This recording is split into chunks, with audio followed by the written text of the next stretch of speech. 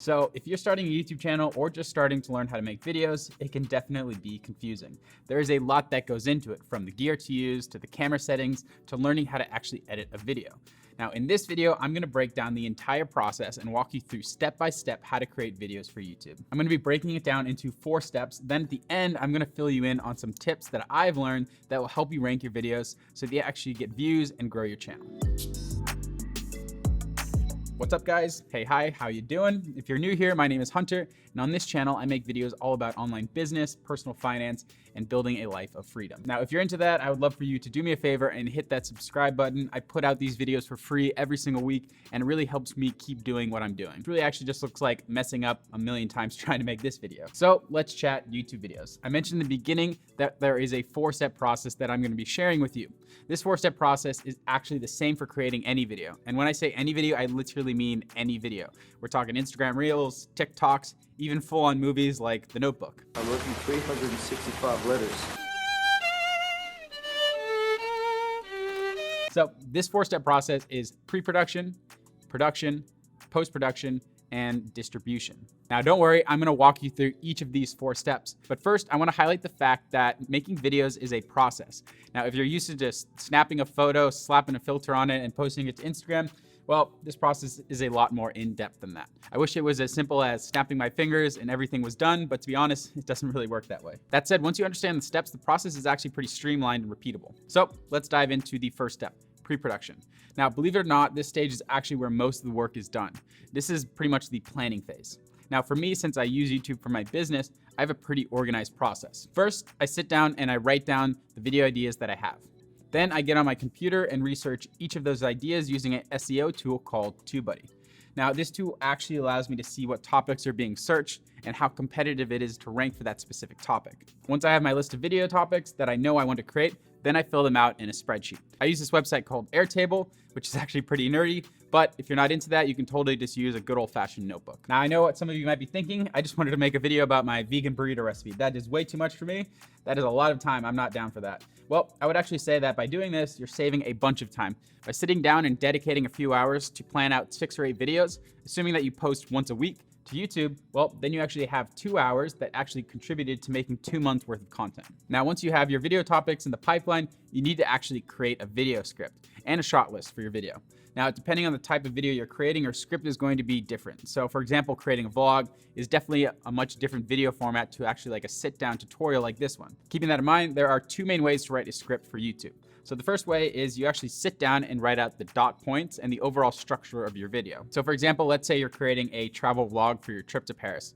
Now, instead of just flipping on the camera and recording your entire day, you're actually better off creating an overall structure for your video. So let's say, for example, you plan for that video to start off on your hotel balcony. That is where you're gonna do your intro. Then let's say you're going to blog the process of going to a museum, then to a cafe, then finally to the Eiffel Tower, and then you could finish the video off overlooking the sunset over the river. Now, by doing that, you actually have a format that you can follow, which leads to the next part of pre-production process, which is creating a shot list. Just as I mentioned earlier, your shot list is going to be different depending on the type of video that you're creating. But to stick to the Paris vlog example, knowing the flow of the video, you now know that you're gonna have to shoot an intro introducing yourself, where you are. Then you have to have some sort of dialogue parts that talk about each of the activities that you're doing. And then you need to create the visuals. This is called B-roll. So the A-roll is the story, and the B-roll are the visuals created to help tell the story. So that could be shots of the barista making an espresso. It could be a time lapse of the Eiffel Tower, and any visuals you want to show to help guide the viewers through the day. So it's not just you talking into the camera the whole video. So that is one way to create a script. The other way is to actually write out the script word for word, then use a teleprompter to deliver it. Now, you actually don't need a huge machine to do this. There are actually some great cheap options that I've linked below that you can attach to your smartphone or your camera, depending on what you plan to shoot with. Now, once you have your script written, you can then put it into the teleprompter and deliver it. Now, I will say one thing, even though you have the words right in front of you, this process is actually kind of tricky and it takes some practice learning how to deliver it. All right, so next up is the production phase. Now that you've gone through the process of planning a video, it's time to shoot the thing. Now, this is the part where people usually get slipped up and confused on what gear to use or how to set up their camera settings in the best way. Now, I can go on for hours about all of the technical stuff, but I'm gonna actually break it down into the 3 basic elements that you need to understand no matter what camera you're using or what setting you're in. Those elements are lighting, audio, and composition. First up, let's chat composition. Simply put, composition is how you choose to arrange everything in the shot that you're actually creating. So understanding this first and foremost is going to have the most effect on how your video actually looks, even more so than the type of camera that you're using or anything gear related. So to show an example of this, here are 3 different shots in the same space. Now I'm using the same camera, same light. However, the thing that is different is the way I actually frame myself in the space. Now in the first shot, it looks flat and it lacks depth because I'm actually too close to the wall. So you can actually fix this by creating a little bit of space between yourself and what's behind you. Now I did this in the second shot, but because I framed too much space above me, they don't actually stand out and the shot looks unbalanced and more so in the background. However, in the third shot, the Goldilocks shot, I've created some space between me and the background, and I've centered framed myself in the shot. So as you can see, there is a big difference on how you actually set up your camera, more so than what camera you're using. And you can achieve this by using a smartphone or an expensive DSLR, it doesn't really matter. So I encourage you to really think about how you're setting your shot up and what it looks like. Moving right along, let's chat lighting. So if you're shooting a sit-down tutorial like this one, or any type of talking head videos, it's gonna be in your best interest to actually invest in a video light. Now, there are tons of options out there, but I would go with a 1 light or at the most a 2 light setup. With a 1 light setup, you can set up the light right in front of you and it's pretty much good to go. However, with the 2 light setup, you would set one up to the left and one up to the right. The benefit of this is that you have a little bit more control over what you want your lighting to look like. So for example, you can have one turned up and the other turned down, so you create this more moody look. On the flip side, having a 1 light setup is a little easier to work with because you only have 1 light to set up. Now I've linked some options below for you to check out, but if you're not willing to invest in a light or you just prefer the more natural look, my best suggestion for you would be actually to sit in front of a window. In many cases, that is going to look really good as a window acts as kind of like this natural diffuser, so you have this nice even lighting, so it's not as harsh as if you were actually sitting outside. Now lastly, when it comes to shooting your videos, you need to consider how you're going to record your audio. Now realistically, this is probably the most important part to consider. Now if your lighting is a little off or your scene doesn't look the best, people will still watch your video, right? It's kind of jarring and people don't want to sit and actually watch through. But as soon as you start watching a video and the audio is too loud or it's echoey or it's not loud enough, people are going to bail pretty fast. So that said, if you focus on anything technical, I want you to focus on this. There are 2 main ways to record your audio for YouTube videos. You can use a lav mic or a shotgun mic. Now with both options, the easiest way to do this is actually to get a mic that you can record directly into your camera. That way your audio is already synced to your video. Now in this case, you would plug it into your DSLR or into your smartphone. Now regardless of which option you go with, the most important factor to good audio is having the microphone as close to you as possible.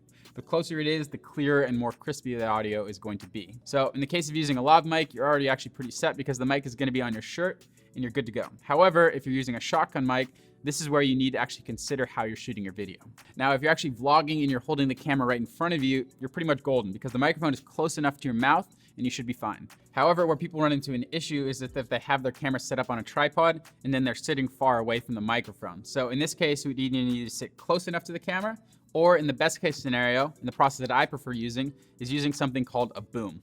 Now this allows you to get that microphone just out of shot, but right next to your mouth. I also prefer this method because I actually don't like how the lav mic looks in a shot. And there's also a chance if you move the wrong way, it can catch your shirt, or if you have long hair and it brushes up against it, it makes this kind of cracking noise. To wrap this part up, I'm gonna actually run you guys through the gear that I'm using really quickly. So right now I have a Canon EOS R on a tripod. It's actually my roommate's, don't tell him that I have it. Is that my camera? I have an Aperture 120D light with an Aperture light dome, and that's set up a little bit over here to the side. That's gonna create this subtle shadow on the side of my face. I also have a window over here that's starting to fill that in a little bit. And then right above me, I have the Rode VideoMic NTG, which is attached to a pole with an extension cord plugged straight into the camera.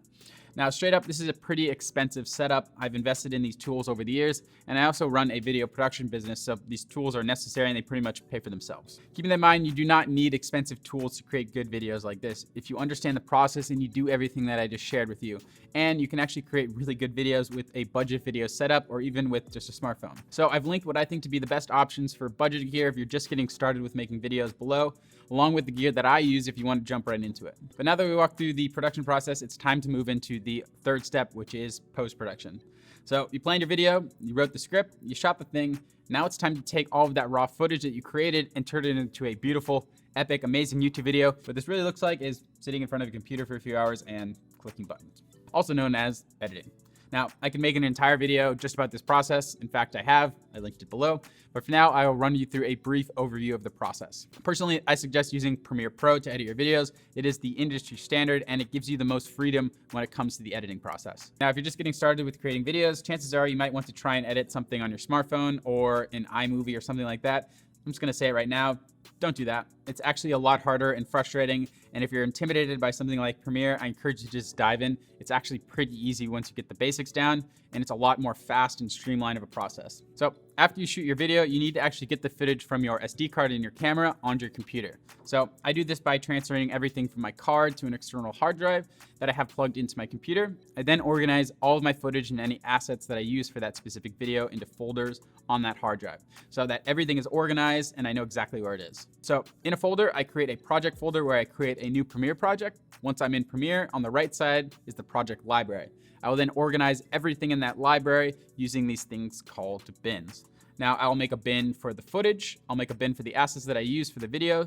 And within the footage bin, I separate the A roll from the B roll. And then within the assets bin, I actually add all the assets that I use for the video, like sound effects, music, and overlays, like this emoji.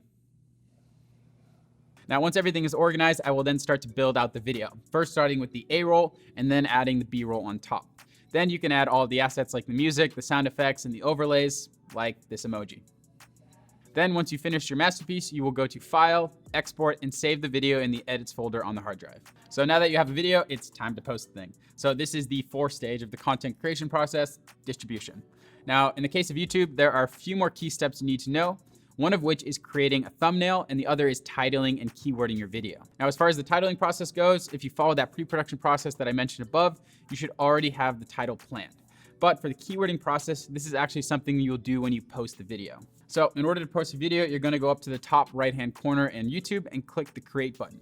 Then Upload Video. Then you drag your video into the bin to start uploading. Now, while the uploading process is happening, you will see a screen here where you can add a title, your description, and your thumbnail. But if you scroll below, then you see an option to expand. Click that, and this is where you can actually add your tags. Now, you can think of tags like hashtags on Instagram. By adding tags to your video, you're actually helping YouTube rank and categorize your video. So in the case of this video, I would create tags like how to make YouTube videos, video production, YouTube tutorial, and so on. Now, if you're confused on what tags to use for your video, a little trick that you can do is actually go and search related videos and see what tags the other creators are using. So obviously, I don't suggest that you just copy and paste the exact same thing. That's not kosher, but this will give you an idea for what tags are relevant for your video topic and niche. Now, with all that said, I've created an entire course on how to create a successful YouTube channel from scratch that breaks down the entire process on how to research, plan, film, edit, and monetize your videos.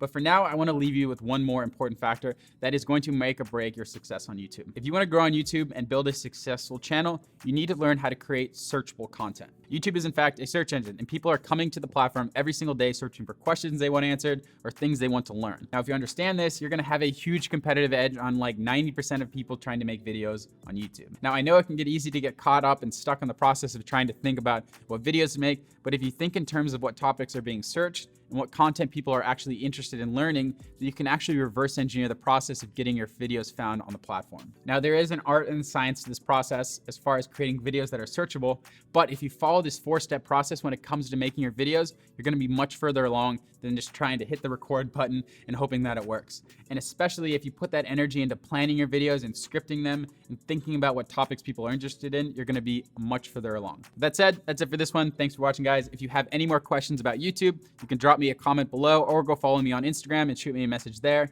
I also have a playlist here with more videos that are specifically on YouTube. So if you're interested in that, make sure to check that out at the end of this video. See you next week. Peace.